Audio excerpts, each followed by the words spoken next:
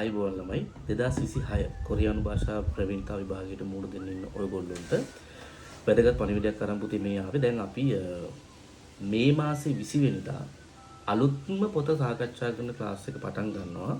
ඒක අපි කරන්නේ පොඩ්ඩක් වෙනස් විදිහකට මාස 6ක කෝස් එකක් විදිහට තමයි පුතේ අපි මේ ක්ලාස් එක කරගෙන යන්නේ.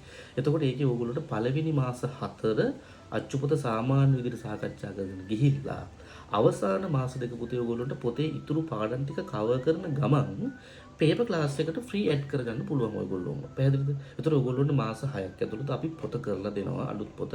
මේ වෙනකොට බැච් එකක් පටන් අරන් තියෙනවා පුතේ. ඒ ක්ලාස් එක සාමාන්‍ය විදිහට යනවා. ඔයගොල්ලන්ට වීඩියෝස් ඕන නම් බලන්න පුළුවන්. සෙමිහිර සුපුන් විත් කොරියා YouTube channel එකට ගිහිල්ලා මම කරපු පොත කරන සාකච්ඡා කරන වීඩියෝස් ටික ඔයගොල්ලන්ට බලන්න පුළුවන්. ඒ වගේම පේපර් ක්ලාස් එක 25 26 කියන අවුරුදු දෙකට අපි අල්ලලා ඒකට අපි පේපර් ක්ලාස් එක මේ වෙනකොට කරගෙන යනවා. ඒකට සම්බන්ධ වෙන්න කැමති කෙනෙක් ඉන්නවා නම් ඒ සම්බන්ධ වෙන්න පුළුවන්.